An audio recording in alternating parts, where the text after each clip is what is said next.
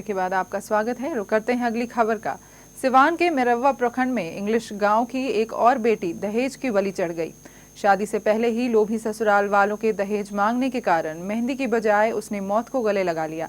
बता दें कि मनीषा की सगाई 2013 में हो गई थी। परिजनों ने हैसियत के अनुसार लड़के वालों को 3 लाख रुपए दिए थे, लेकिन लड़का पक्ष और 2 लाख रुपयों की मांग कर रहा था। पैसे नहीं देने पर शादी तोड़ने की धमकी भी दी जा रही थी। इससे परेशान मनीषा ने ट्रेन के आगे कूद के जान दे दी। सुसाइड नोट पर उसने लिखा है कि मेरे शव को लड़के के घर के सामने दफना दिया जाए। पुलिस पूरे मामले की तफ्तीश में जुटी है। तारीख को इनके चाचा और इनके पिता सुरेंद्र दोनों लोग आए। इनके पिता जो प्रशासनिक अफसर हैं कहीं भाटपार में, जैसा कि नीली बत्ती लगी गाड़ी से आए थे, उन्होंने कहा कि भाई आप लोग अगर सामान हमारे अनुरूप नहीं देंगे तो ऐसा करें कि आप 2 लाख रुपए नगद दे दें। उन सामानों का होता है, जिस पर प्रार्थीगणों द्वारा असमर्थता व्यक्त की गई। पुनः उन लोगों ने वहाँ धक्का दे के हम लोगों ने हमारे भाइयों को वहाँ से भगा दिया। खूंटी थाना क्षेत्र के मानू गांव में एक पुत्र ने अपने पिता की ही हत्या कर दी। दोनों हड़िया पीकर किसी बात पर उलझ गए और एक दूसरे से गाली गलौज करते हुए मारपीट करने लगे।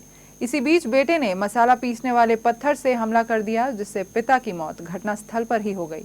इसके बाद आरोपी पुत्र घटनास्थल से फरार हो गया। पुलिस उसे गिरफ्तार करने का प्रयास कर रही है। एक हबिन सांगा है, ये मानहू गांव का रहने वाला है, खूंटी थाना क्षेत्र के अंतर्गत। इसने अपने पिता बिरसा सांगा को, ये जो मसाला कूटने वाला होता है, उससे प्रहार किया, जिससे उसकी हेड इंजरी हुई, उससे मृत्यु हो गई। गोवा के बहुमंजिली इमारत हादसे में झारखंड के मजदूरों की दुखद मौत हो गई। गुरुवार को गोड्डा जिले के नीमाचक गांव के रहने वाले संजय सिंह का शव उनके गांव पहुंचा। शव को देखते ही सभी की आंखें नम हो गईं। संजय की तीनों बहनें और माता पिता रह रहकर बेहोश हो रहे थे। संजय घर का अकेला कमाने वाला व्यक्ति था। वह अपने माता पिता और मानसिक रूप से विक्षिप्त भाई का एकमात्र सहारा था। बीडीओ ने आपदा प्रबंधन से 1.5 लाख की सहायता राशि करने की मांग की है। तत्काल सहायता राशि के रूप में 10,000 रुपए दिए गए हैं।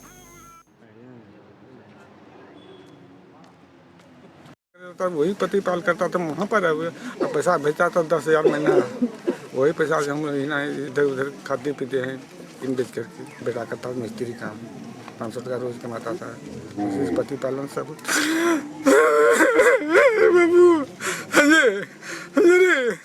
मृतक है संजय सिंह। इसको 1.5 लाख रुपए की अनुग्रह राशि वो दी जाएगी आपदा राहत के अंतर्गत। उसमें अभी तत्काल उसको हम लोग उसमें से 10,000 रुपये उसको तुरंत हम लोग भुगतान कर रहे हैं, 10,000 रुपये चेक से उनकी विधवा को। रांची के नामकुम थाना क्षेत्र के लोहाडी बस्ती में एक भांजे ने अपने ही मामा के 25 वर्षीय विक्रम तिग्गा की टांगी से मारकर हत्या कर दी। आरोपी भांजे को पुलिस ने हिरासत में ले लिया है, जिसने पूछताछ में अपना जुर्म कबूल लिया है। आरोपी ने हत्या का कारण नशा बताया है, लेकिन पुलिस इस मामले में संपत्ति विवाद को भी ध्यान में रखकर जांच कर रही है। ये विक्रम तिग्गा की हत्या कर दी गई है अपने भांजे द्वारा। भांजा का नाम है विक्रम किशोर कच्छप। वो अरेस्ट हो चुका है। उसने अपना दोष स्वीकार भी कर लिया है। उसने बताया कि 3:30 बजे सुबह वो वॉशरूम के लिए निकला। उसके बाद नशे में था और नशे के हालत में वो घर में रखा टांगी से उसकी कई बार वार करके हत्या कर दी। बढ़ती ठंड ने गरीबों पर कहर ढाना शुरू कर दिया है। ठंड से बचने के लिए पर्याप्त साधन नहीं होने की वजह से गरीबों को जान से हाथ धोना पड़ रहा है। सिलीगुड़ी में भी ठंड ने बिहार के एक रिक्शा चालक की मौत की नींद सुला दिया। स्थानीय लोगों ने पानी टंकी के पास सड़क किनारे उसका शव पड़ा देखा। लोगों ने इसकी सूचना पुलिस को दी। पुलिस ने मौके पर आकर शव को कब्जे में ले लिया है और अब वह कह रही है कि मेडिकल रिपोर्ट आने के बाद मौत की वजह का पता चल पाएगा।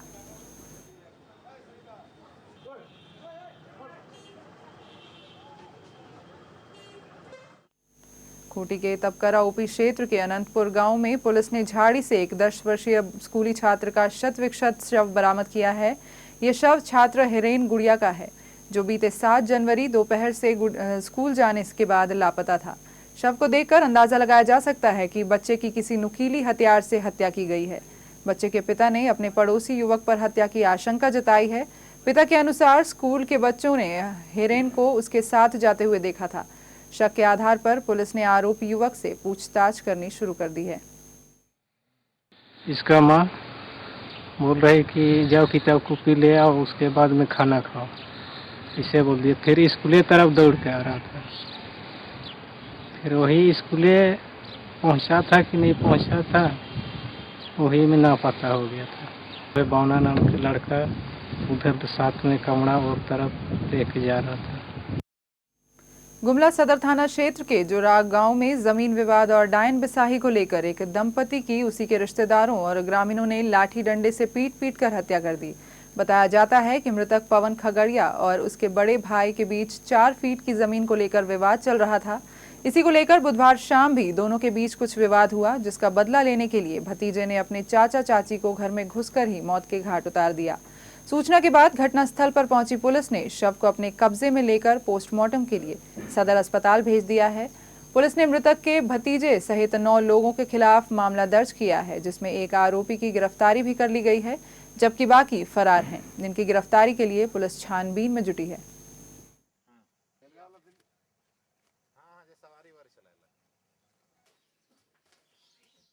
रांची के कमिश्नर के खंडेलवाल और आईजी एमएस भाटिया ने मृतक फौजी केशवर राव के घर पहुंचकर परिजनों से घटना और लाठीचार्ज की जानकारी ली। जांच टीम के घर पहुंचने से परिजनों को न्याय मिलने की उम्मीद जगी है। जांच में कमिश्नर और आईजी के साथ सिटी एसपी समेत कई अधिकारी भी मौजूद थे। गौरतलब है कि सुखदेव नगर के चूना भट्टा के पास 16 अक्टूबर 2013 की रात नाली विवाद में रिटायर्ड सैफ जवान की गोली मारकर हत्या कर दी गई थी। इस घटना में पुलिस ने लाठीचार्ज भी किया था। मामले को लेकर सरकार ने 2 सदस्यीय जांच टीम का गठन किया है। सरकार के आदेश से जांच करने के लिए कमिश्नर साहब रांची के और हमको आईजी को हम दोनों की एक 2 सदस्यीय कमेटी बनी है, जो कि इस पूरे घटनाक्रम की जांच करेंगी और उसके बाद हम लोग रिपोर्ट देंगे। किसको रिपोर्ट देना है? सरकारी विभाग? सरकार को। किन चीज़ों की जांच करनी है सर? क्या हत्या की या हत्या के बाद जो बवाल हुआ था? किन परिस्थितियों में ये घटना घटी और उसके बाद जो लाठीचार्ज इत्यादि हुआ था वो उसके बारे में भी जांच करनी है। बिहार सरकार ने सोलर स्ट्रीट लैंप योजना के तहत 16 प्रखंडों के 483 पंचायतों में सोलर लैंप लगवाया, लेकिन ये सोलर लैंप कुछ ही दिनों में बुझ गए। आज ये पंचायतों में सिर्फ देखने की चीज बनकर रह गए हैं।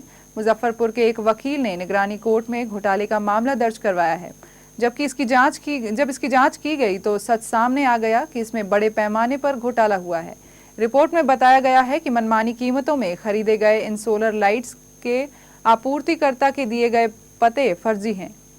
इस संदर्भ में तत्कालीन डीएम आनंद किशोर, डीडीसी नईम अख्तर, सभी मुखिया पंचायत सचिव के साथ आपूर्तिकर्ता को भी आरोपित करते हुए मुजफ्फरपुर निगरानी जज सुधीर कुमार श्रीवास्तव ने एफआईआर दर्ज करने के आदेश दिए हैं।